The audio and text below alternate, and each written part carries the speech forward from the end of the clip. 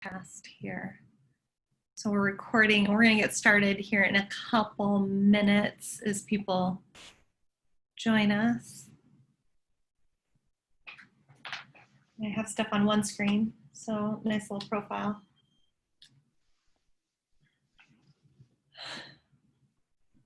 So kids come back on Monday, or you start, official start date's Monday.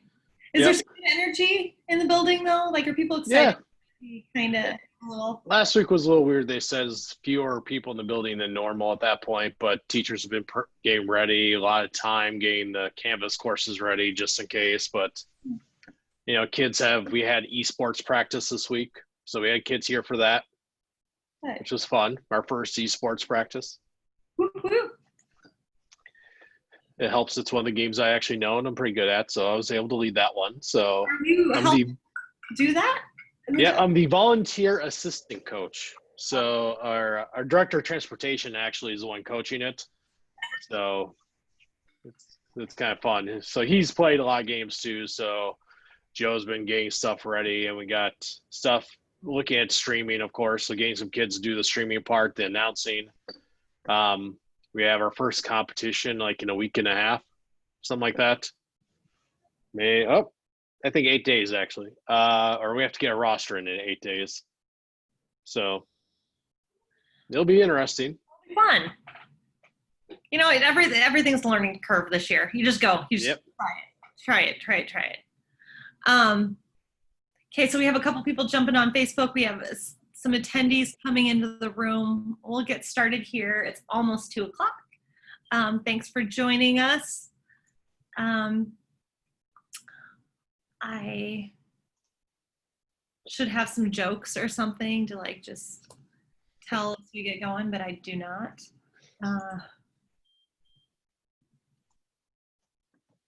I was a lot more energetic last week when I wasn't so stressed with everything going on. Oh, I want to share on a page. That's what I want to do.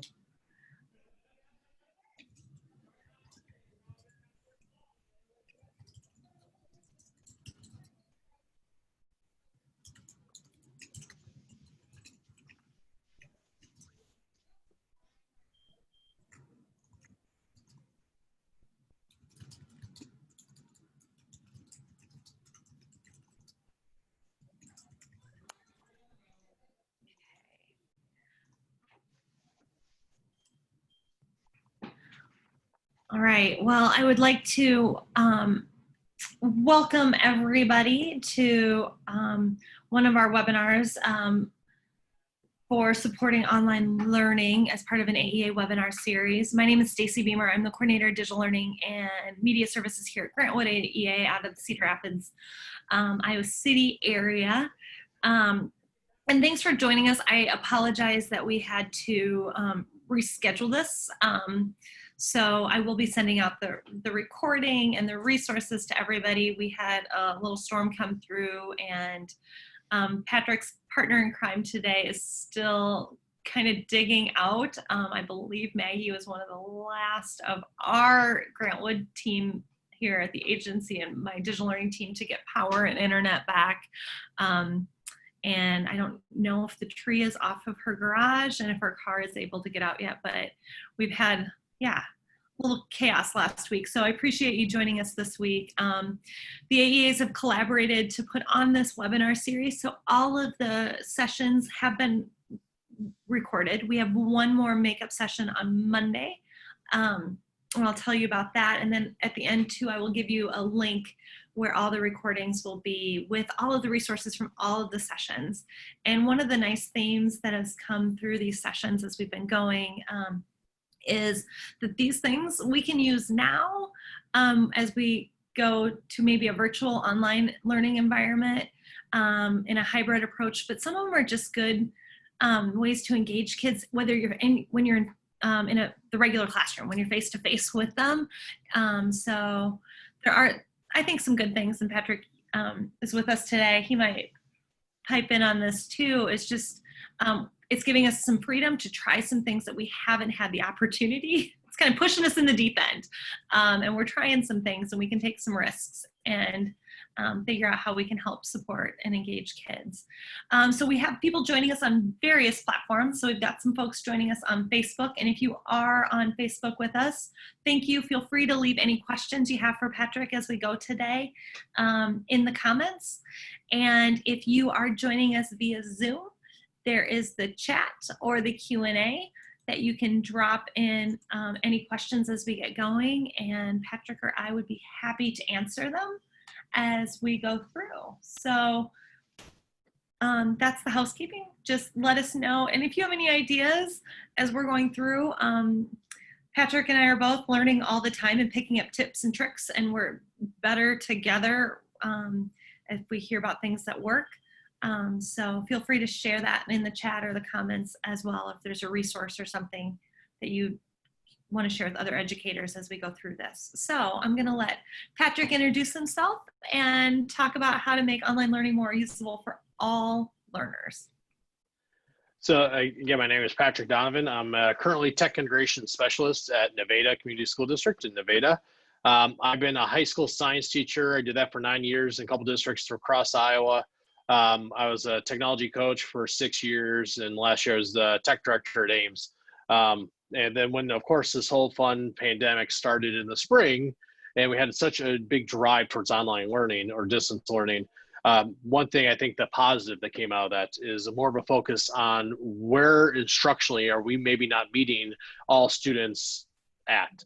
You know, and I think that's one thing we can take advantage of moving forward, is that highlighted all these inequities, and that there are ways that we can address more of our students and make it more usable, more accessible to them. And a lot of this, and just like Stacey said, it's good teaching. It's just being very focused, very clear, and identifying on this. The link you see here, the little bit.ly, and I have it down here and I'll have it at the top of each slide, should just take you to the copy of these slides. So there's some resources and links in there that you should be able to get to. And if I screwed up on how to make that public, I'm sure somebody will tell me and I'll fix that. Which hopefully that's not already the person saying that, but yeah. So, all right, we'll kind of get into this now. I am not going to play this video, but when I start thinking about making things more usable, I think about our learners, think about how they vary.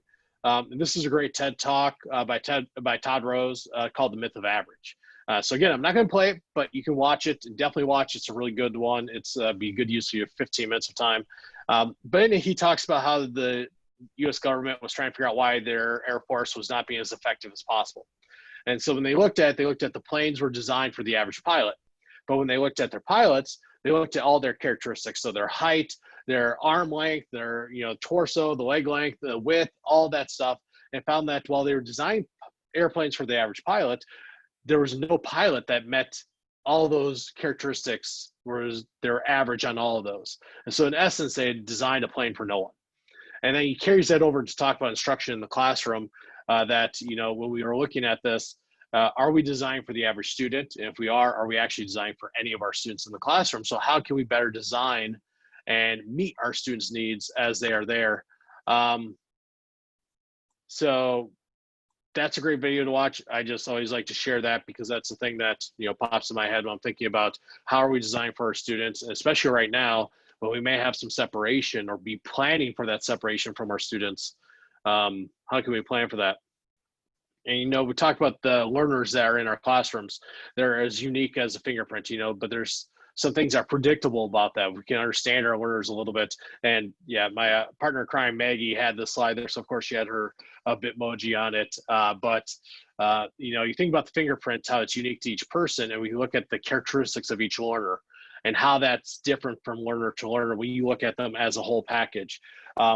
For me, example, when I was in elementary school, I had a hearing disability, so I had to wear a hearing aid in my right ear. I had to go to speech therapy. I had all these accommodations put in place for me to help me learn, but it was times where my hearing wasn't a part of that I was able to excel.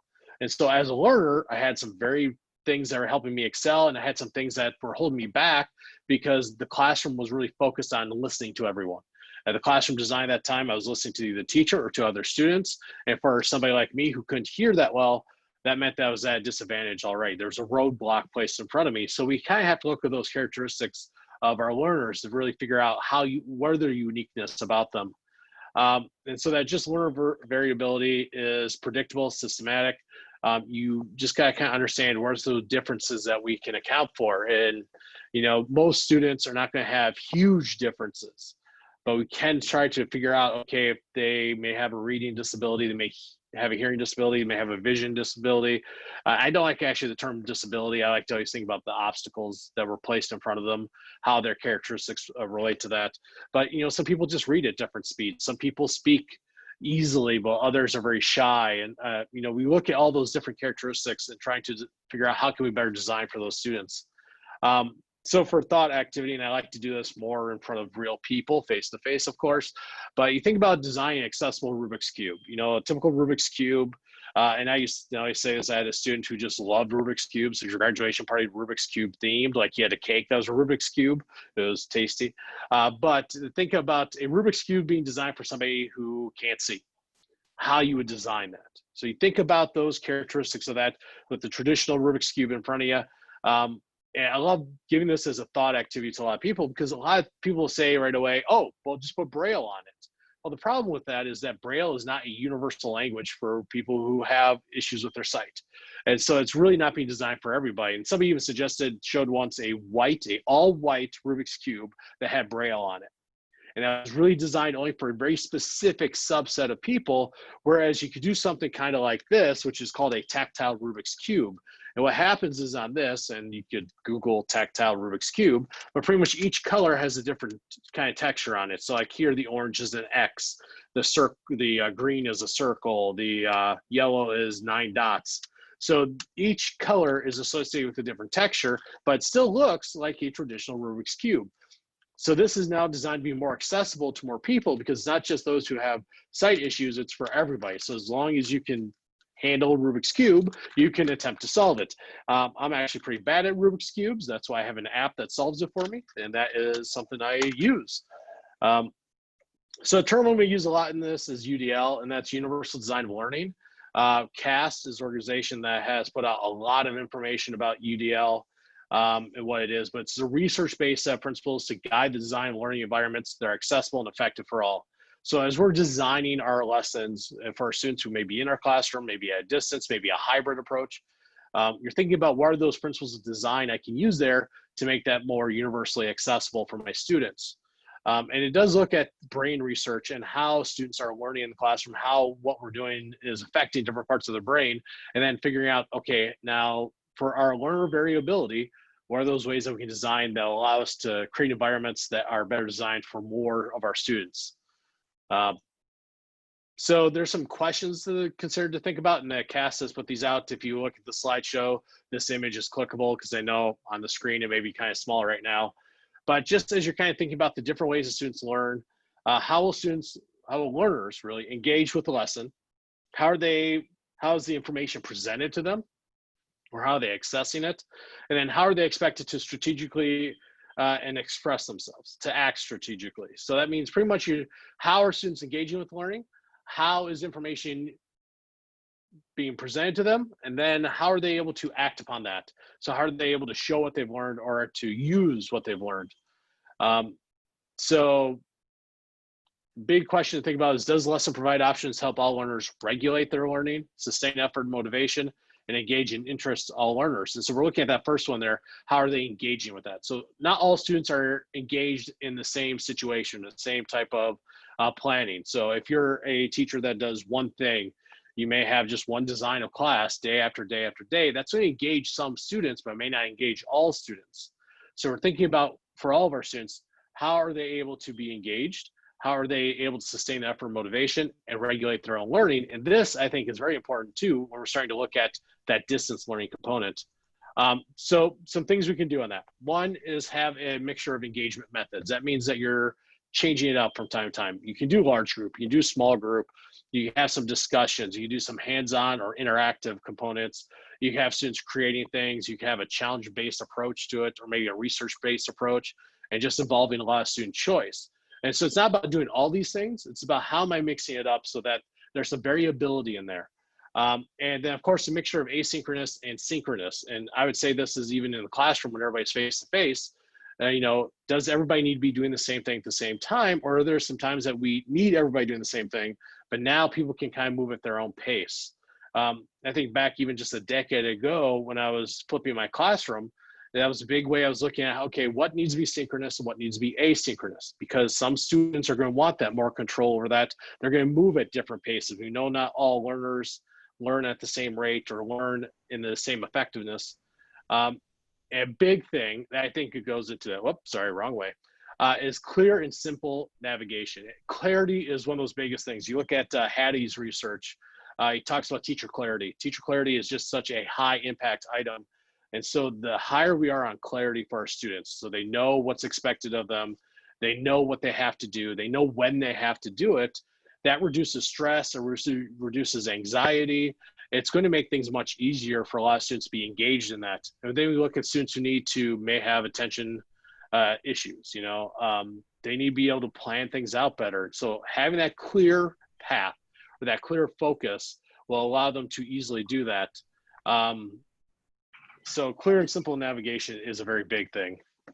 Patrick, as you say that, this really causes me to pause right now as a former elementary middle school teacher, thinking about, my kids engaging in this learning and being engaged now. When they were with me face to face, they were engaged, but some of them in a remote learning environment might not be as engaged. So I've got to think about just a quarter turn or how to shift it now, because it's just because the environment has changed. I might need to be more clear and use some of those principles, because they can get it. Oral directions, or they get it. They need to hear it once, they can go. But when they have to be remote, I need to be able to think about, what they need that maybe very clearly written, and just be able to listen to the directions too. So yeah, different environments, you're gonna have to think about it differently. So this is great. Yeah, and even when we think about how younger elementary grades, they tend to need a little bit more teacher, I don't want to say control, but there's a lot more the teacher has to do to scaffold the path of learning, right?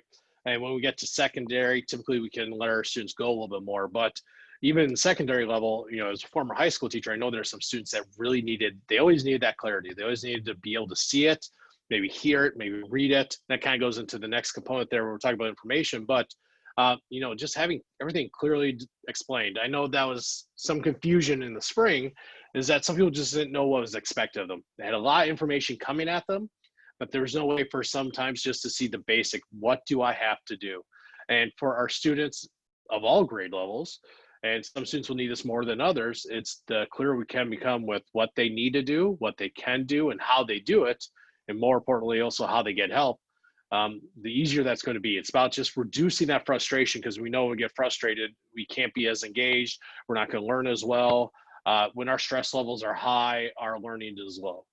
And that's, you think about that may be something we deal with a lot this year, is high stress levels throughout. And so thinking about anything we can do to reduce those stress levels.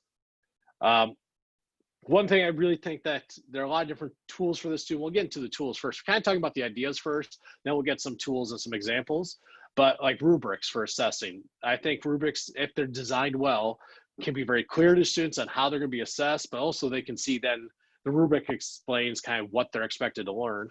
And just providing accurate feedback that illuminates, because I think feedback is where we can keep that engagement high if we're using effective feedback. And there's a lot of qualities of effective feedback, one being timeliness, but also that feedback isn't going to be all the same. Low-level feedback is quick and easy, but we don't get a very high return on that. So think about this for a second, talking about some examples here.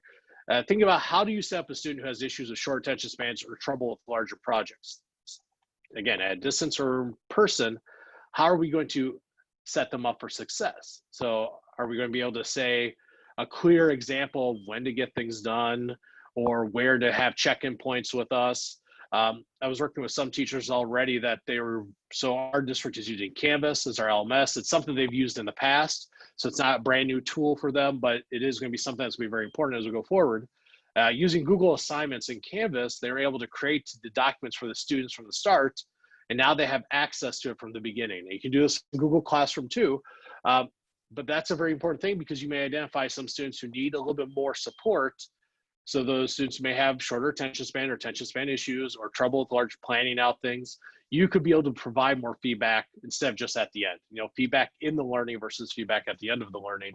And so if you're using Google Classroom, that's just one of my favorite features of Google Classroom is the fact when you create a copy for each student, you have access to that from the start.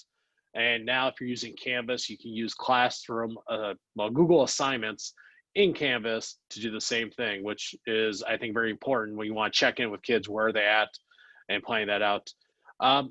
An interesting thing is that Bitmoji classrooms. I've seen a lot of this on Twitter lately, of course. It's something that Nevada has been setting up to do. So just that kind of that interface with students. And then the question has been, is that good or bad? Again, if we're designing anything, it's always going to be in how we use it, but there are ways that we can design these tools to be more accessible. So this is actually, there's a resource here. You should be able to see that's a hyperlink, but it goes into how can we design even these to be more accessible. So the thought behind a Bitmoji classroom is that it's a one place students go, they can interact with it, but if it's too cluttered, that's going to increase anxiety, it's going to increase uncertainty with students, they're going to have trouble figuring out where to go. So how are you going to make that more accessible, making it, it doesn't have to be very plain and basic, but there has to be some thought into designing it. And I think I've seen some really powerful Bitmoji classrooms that are going to be very useful for the kids. Just looking at one of our teachers who's doing some virtual learning with some younger elementary kids, but it's set up to be very easy for the students to know where to click, where to go to get things. And that's, again, just making it easier for the students to be engaged in that. And then they're going to have ways of doing synchronous and asynchronous linking off of that Bitmoji classroom page to do that. And then there's some other tools here. First off, Screencasting Tools. If you haven't used those before, that is one of the biggest things I think you need to learn right now. Because I use them for video feedback a lot with students I work with, because I can type out my feedback, but I also give video feedback, because you think right now, if you're watching me right now, you are not only hearing me, you're seeing my nonverbals, you're getting more of my tone with that. How I'm saying something is just as important as what I'm saying. So that could be a way to look at feedback for students, is that I use something like Screencastify in the past to quickly record like a 1-minute feedback video. Screencastify saves it in your Google Drive. I throw that link into their document and they're ready to go. If you're using something like Canvas, which again, the schools have access to this year, you can easily, that's a feature built into Canvas where you can give that video feedback. So Studio Tool is a tool you'd use inside Canvas if you want as well. And honestly, any tool, like I'm on a Mac right now, I can use QuickTime to record a quick video and get that to kids. The Screencastify inside Canvas, that's a workflow that just makes it easier for me, because knowing this is a highly effective thing I could do. I'm also worried about my time, my energy. I need to find a workflow that works for me. And so that's why Screencastify was a great tool for me to use. But again, finding that right workflow for what you want to do. Patrick, I'm going to piggyback on that, because this is like the 4th webinar that has mentioned within this series about Screencastify. So I threw a link in there, but we do have one. Andrew Fenstermaker and Beth Swans did a session this morning, and you guys, the recording will be up later, but the resources are there. And they talk about, just if you want to know how that workflow with Screencastify, they talk about that in that webinar.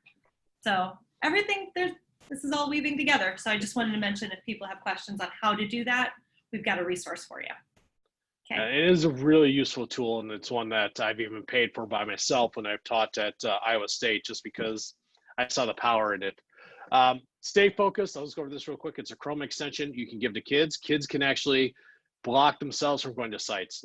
Especially if you have a kid working at home, they need to learn these skills to be able to focus on the work they need to do and know when they can be on task and when they can be off task.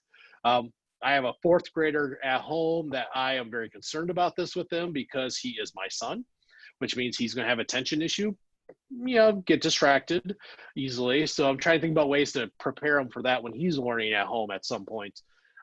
Using for a form of class back channel. So, and I would say this is in person or virtual. You may have kids who are willing to ask questions and participate out loud with everyone else. You have kids with higher anxiety or just shyness that may not. So giving them another way to participate, another way to ask questions, to provide feedback, allows them to be engaged in that learning without having the shyness or anxiety getting in the way of that. So providing different avenues for that at the same time even. Audio feedback in Google Docs, Mote is a new tool for that. So that one I haven't played around with a lot, but I've heard some good things out of it. Then of course, both Canvas and Google Classroom both have rubric feedback built into them. So that's a great way to give that clear feedback, again, focusing on teacher clarity. So that's kind of looking at the engagement part of this. Oops, there we go. And that's kind of just, again, how are we giving different ways to engage students in the learning? We'll go into that second way, which is the information. I think this is kind of the easiest one for a lot of people to get around, because when we're looking at how is information presented to students, how are we giving variability with this, whether it's providing direct instruction or just providing resources to students. Like right now, and I did purposely do this, is I didn't turn on closed captions. So if you're giving any video to students on that, what you want to do a lot is make sure that video has closed captions available. It's great if those closed captions are available in other languages. I love videos on YouTube because they automatically have closed captions created for them. If you upload a video to YouTube, you can actually go in and edit the closed captions. So no, I didn't say avocado, I said this. You know, you can change that. Right now I'm using Google Slides here, and I can click closed captions, and it'll actually automatically show closed captions on the screen as I'm doing this. And so that's a thing too, where if you're doing some direct instruction, let's say having class with your students, you can turn this on and it will automatically do it. Now, again, it's not 100% perfect, but for a student who may have a hearing difficulty where English may not be their primary language, this will allow them to have a little better chance of getting that information. And you see it's correcting as it goes through, because it has a little bit of, you know, it's trying to figure out, okay, what word makes most sense there. So I'm going to leave closed captioning on. I don't look at it. You get kind of used to it after a while. But any video resource you're giving or stuff like this, check to see if closed caption's on there. Google Meet has closed caption built into it. Zoom has ways to do it, but unfortunately, I don't believe it's built into Zoom as is. So you just may find ways around that. And one of the things I would say with the closed captioning too, vocabulary development for kids, especially if you're doing the flipped stuff, they can read and follow along. So a lot of applications for that closed caption that's going to help. Now it doesn't do punctuation. That's one of the things, but what a great way for kids to kind of do some old-fashioned DOL, right? Let's pick this up. Where do we need to add punctuation? What do we need to collect? So. And hopefully you can actually see the closed caption on the screen. I just thought for a second of how I shared my computer. So hopefully that's showing up. We got Stacey sees it, so that's good. All right. And you actually have some options in there. I just changed the font size for it. You can go extra large, but then there's not many words on there. But hey, if you're dealing with lower level elementary kids, so like kindergarten for a second, that might be enough. But that one is actually very distracting to me. So we're gonna go back to medium. Collaborative note-taking, I'm a big fan of this. Again, students, you know, I really want to find different ways for kids to record information, and I'm big about note-taking, but it's not about writing everything down, right? It's about writing down the important stuff. And you think about as we get our students preparing for college. So as a high school teacher, I was always thinking about how to prepare for them to be those learners beyond high school, helping them understand how best they take notes. And some kids can't listen and take notes at the same time. It's just not going to work in there. The wiring's not effective for them to do that. So collaborative note taking is something you can have kids participate, work together on. They take different notes. They can even see how they understand the information from you differently. So their way they take notes can be different, and just sharing notes out. So this is a concept that can give you a lot of ways to do that. Of course, a Google Doc with notes, sharing that out, very easy way to do it. You can even have identified note takers for your whole class, volunteers for this or something like that. I hate doing that. Again, hearing issues, so I don't always hear everything. I kind of guess at what some people say sometimes. I'm mostly right, but like you would not want me as the collaborative note taker. I find ways out of that most of the time. Adjustable complexity of text or information. There are tools out there that do this. Newsela is of course a big one, but like we've used a tool called Snap and Read before, which is a text-to-speech tool, but it actually had the way to change the complexity of the reading that we were looking at. So finding ways that you can maybe adjust. It could also just be giving multiple resources at different ways of explaining the same concept. I mean, there's no one resource for everything. So finding a text that explains it this way, a text that explains it a slightly different way using slightly different words. And then of course, just a mixture of different mediums. If you're sharing a concept with kids, pulling in some YouTube videos, maybe a document, maybe animation, not overwhelming them with resources, but give them just a little bit of variety and then letting them pick and choose what goes over that. And again, I would start slow, at least 2 to start with, and then maybe find 3 or 4, but you don't want to give your students like 100 resources on this one topic because they're going to be lost. They're going to spend more time looking through the resources than learning. Be careful with color use and font choices. And some of that is more about screen readers. If you have a student who has a vision difficulty, not all fonts and color choices are going to work well. There are ways to do that in Canvas. There's even an accessibility checker that makes sure that the way you design that page in Canvas actually will be usable by somebody with a screen reader. I keep accidentally clicking. Using open educational resources to find those resources out there for you to be able to modify, to be able to edit for your students. And there's a lot of great resources out there for OER. And the big thing I just want to talk about is accessible versus inaccessible text. So inaccessible text is text that I can't use a screen reader on pretty much. Pretty much it's where it's like an image of text instead of, you think of a Google Doc or a good PDF where I can like highlight, or I can even just use my cursor to grab the text.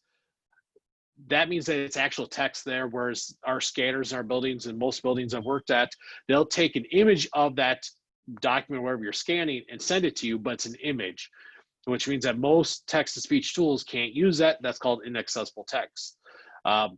Google Docs or Google Drive actually has a tool built into it which can pull the text off an image and make it into accessible text. So somebody asked me this question today about they had a PDF which just came right from the scanner, but they want to share it with kids, but they also want the kids to be able to translate it.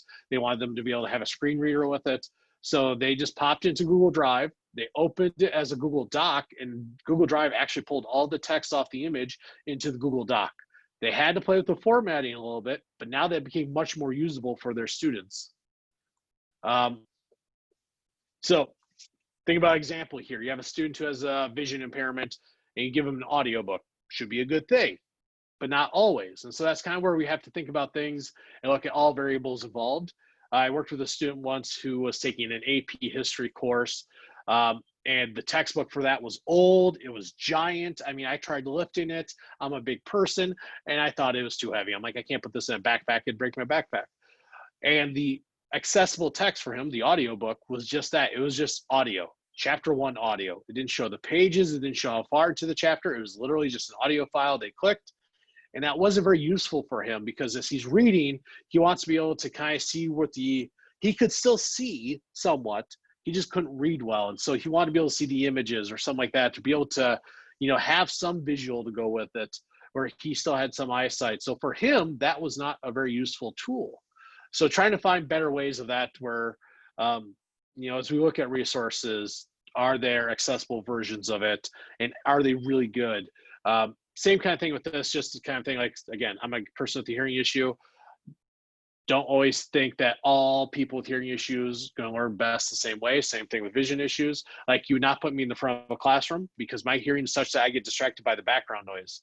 So that's why right now I have a wall right behind me so that all the sound coming at me was coming from the front. And so you got to kind of ask your students too. That's the biggest thing, is talking to your students and seeing if things work for them. Patrick, one of the things I'm going to throw in the comments is if you're looking for audio books, there's a bunch of resources out there to get them, but the AEAs have purchased like Mac and VIA, so there are some audio books, good titles and class sets of titles too in Mackin and some of the other online resources. So it's not like something you need to go out and purchase on your own. I would look there and look as he talks about some of these adaptations. Some of those online resources have those accessibility settings, so they can add the closed captioning or they can adjust text. So take a look there for some good content as well. Sorry to interrupt. No, that's perfect, because it's a lot of times we're trying to find the best resource possible, but sometimes we have to use tools to make that resource better for kids. So like when I mentioned Snap and Read before, that was a tool that we used because we had some students that they wanted ebooks because they want to be able to adjust a lot of things about that book, but they were using Kindle at the time. So we're using Kindle books. but not many text-to-speech tools work with the Kindle app on a computer. So we had a Snap and Read work perfect for that. It was great, where it's still that voice coming from the computer, but they have a lot of different variety of voices, and they allow you to adjust how quickly they're speaking, the pitch, male versus female voice, English versus American. You know, you can even find some voices that are different accents, which are very useful. I always pick the male British voice. I have no idea why. It's always that one I pick because that's one I like to listen to. So like I said, I already talked about Newsela here. If you teach math, science, engineering, and there's some other courses too. CK12 has some really free digital texts out there that are interactive. They are digital on the computer, so they're accessible text. So you can use a lot of different screen readers with it, or some like an Open Dyslexic Chrome extension that'll change the font. OER Commons is a great place to go for open educational resources. Start looking for different topics. And that's kind of where you have to curate resources. You may find stuff out there. Back in the spring, there's a question about, you know, we had a lot of teachers that wanted to do a read aloud to students and thinking about copyright with that. And so there was a lot of time we spent figuring out the copyright issue with that. Whereas we're looking at something like that came out of the OER Commons or something like that, it'd be no problem because we had the copyright for that was for reuse, retransmission. Whereas a lot of the books that may be in your classroom, they're not so. And in the spring, a lot of companies let you do that, but I don't know if they're going to continue doing that because they make money off of not letting you do that. If you use Canvas, check out the accessibility checker in there because that'll help you as you design for kids to see if it's good, accessible or not. Barry talked about Google Slides closed captioning. We have that going here. YouTube automatic closed captioning there. Those CR tools, and that's optical character recognition. That's built into all Google Drive. You can even do in Google Keep, like I've been able to take a picture of some Google Keep and it'll pull the text off of it. So that's nice that that's built in there. If you have an older document or something that's just an image and you want to pull the text off of it. And then of course, things like the Open Dyslexic font, which, you know, we have these tools which are not going to work for everybody out of that category. So Open Dyslexic font is not something that works for all kids with dyslexia.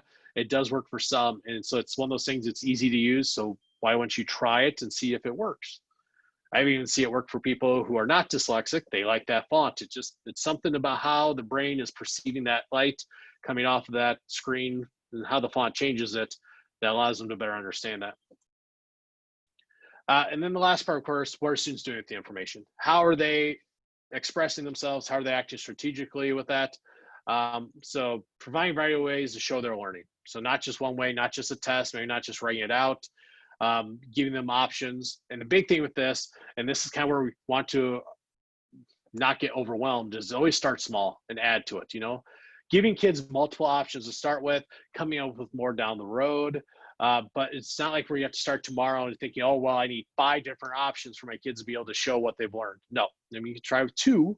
And then as you look at your students, you understand them, how best this group of students this year can show their understanding. Then that gives you ideas, oh, maybe we can do this. Or sometimes I'd always give the students of telling me how they wanted to. They may have had a way in another class that normally didn't work in my class. I'm like, well, why not? If I know I need you to learn. I know what you need to show me. How can vary. Having multiple ways for students to ask questions and participate, again, it doesn't all have to happen at the same time. I would say this face-to-face classroom, whether online. Some schools are doing a lot of synchronous instruction with this distance learning, which may not work for all kids. They're still going to need a way to be able to ask questions, to participate in other ways. And you will have students asking questions at different times. I always found it was beneficial to share the answers to those questions without saying who asked that. That's going to be very important. If you have a student emailing you a question, sharing that answer without sharing the student who asked it with all the rest of the students, because you're going to have some students who have the same question, but again, may high anxiety or other factors keeping them from being able to ask that question. So again, thinking about different ways students can show what they've learned. We had a student once who lost his ability to write due to an accident in woodshop. And so he had his finals coming up, and one of his finals was supposed to be like a long paper, but he had no more use of his thumbs and thus his hands because of something that happened.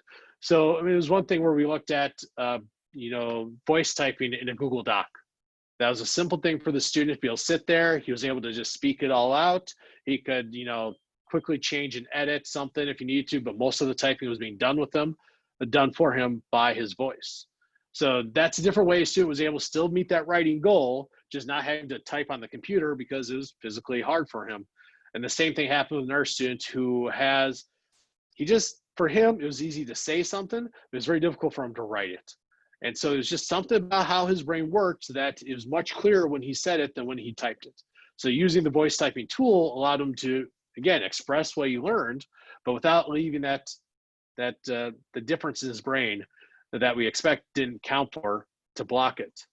I think I'm going to piggyback on that too, Patrick, because I think especially I got my elementary teacher hat on, sometimes kids, just the physical aspect of writing is hard. And I don't know about any of you other elementary teachers out there, but the question I always got is how long does it have to be when I ask them to write something? So if they could just speak it, they could tell their story and explain things and then still go back through and maybe look for editing. But yeah, you take that barrier down because the struggle to write or I don't have good enough handwriting is eliminated. So like you were talking, how do we take those obstacles out? And what I'm really trying to assess is their voice and their writing and what they've learned, like you said, not their physical capability of handwriting. And I've even worked with some students who their fear of spelling something wrong was enough for them to just never do the work because they didn't want to have that, they were so self-conscious about their spelling ability that it impacted everything else they were trying to be assessed on. So everything they're writing, every assignment. So again, having ways for them to say it or just having tools out there that'll correct their spelling for them. And I know there's a whole long conversation. People think those should be important for a kid to know how to spell things. But if that's what's keeping him from being able to show his understanding in, say, biology class or language arts or social studies or even math, then we need to find a way around that so that we can truly understand what they learn about the content and not just that anxiety issue about the spelling ability was what was stopping them. I'm a huge fan of Flipgrid for students to be able to explain what they understand because it's one of those great things. I've worked with some foreign language teachers before where they've had them always type things before or they've tried to have those one-on-one conversations with them because they're assessing how they're saying things. But then when the classroom or the situation doesn't allow it, they were able to do this in Flipgrid. So they're still hearing the student, they're seeing the student, they're able to provide feedback in Flipgrid, both using video or text. So it gave them options in there. So I've even seen Flipgrid used as an assessment tool. It's been used as a community tool.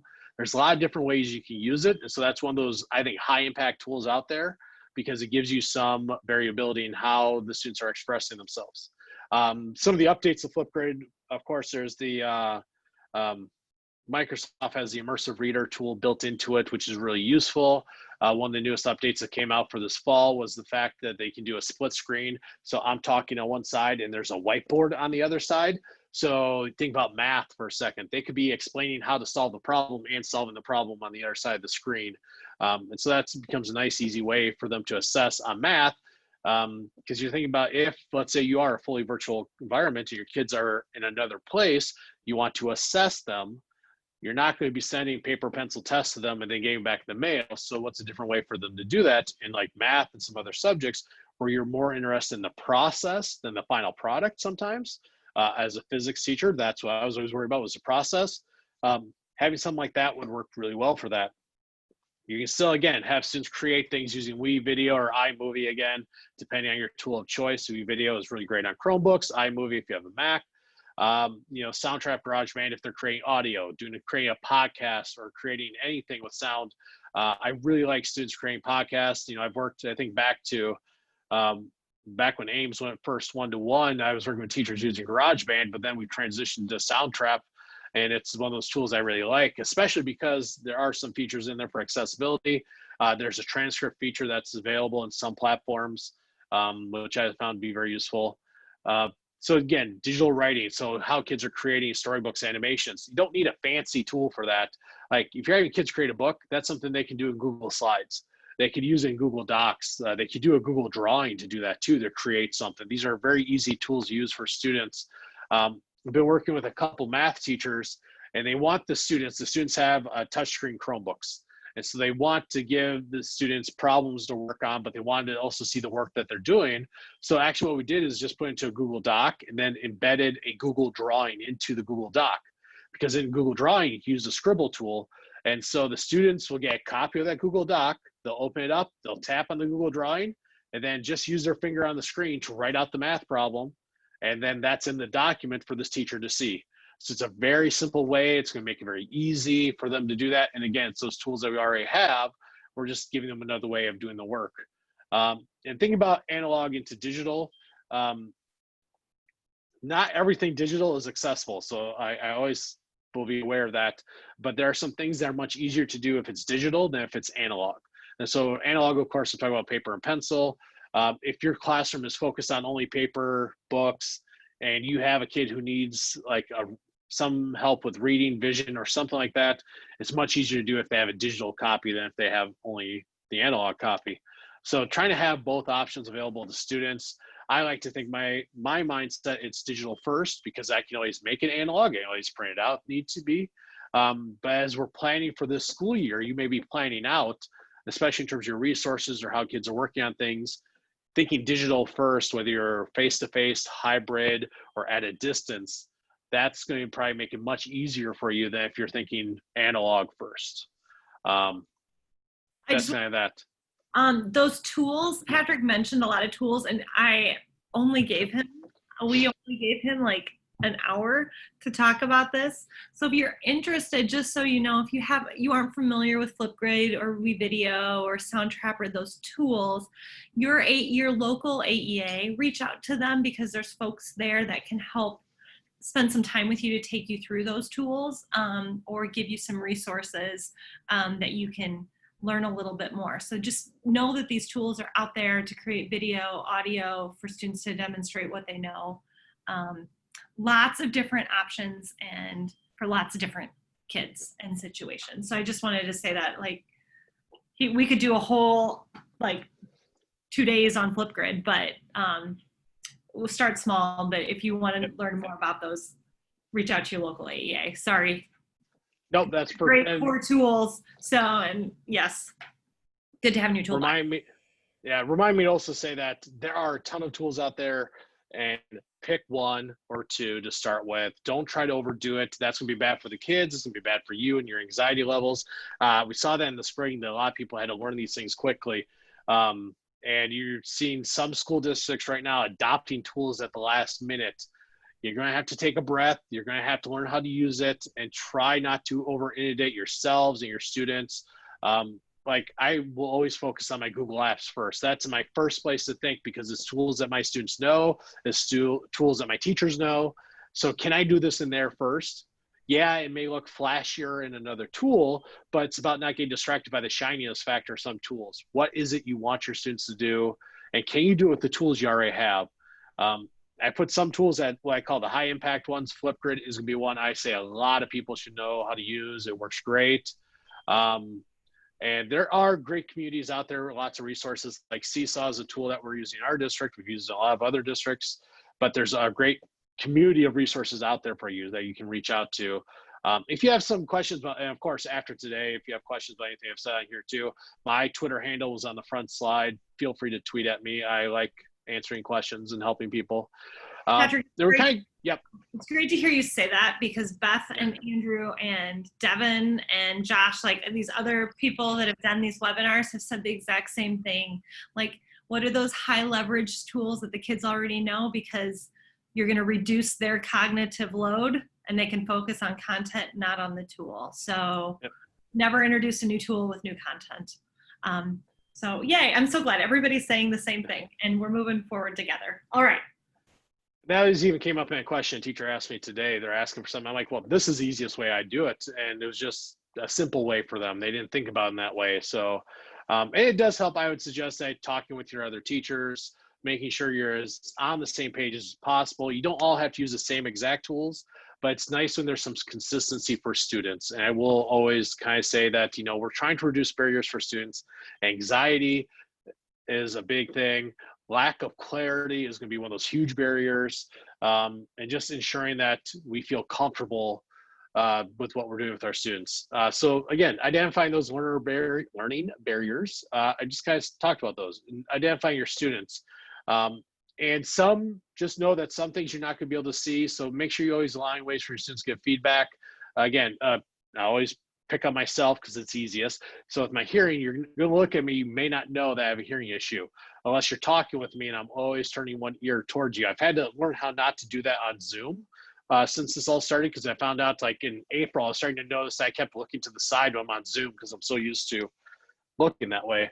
But ask your students, get feedback, allow them ways to identify, hey, this is really keeping it from being successful. What can we do around that? Collaborating with others, don't go it alone. Ask the students. Again, there's always more than one way to solve a problem. Being willing to try new things and get help is the biggest thing for a teacher, I think. And just the next steps in that, start small. That's the biggest thing. You worry about your anxiety too. I know teachers are very anxious right now. A lot of uncertainty. I mean, it's, we have a plan and then tomorrow we may have a different plan. So trying to just be ready for that. Identify ways for the biggest impact. If you're going to learn a tool, make sure it has that.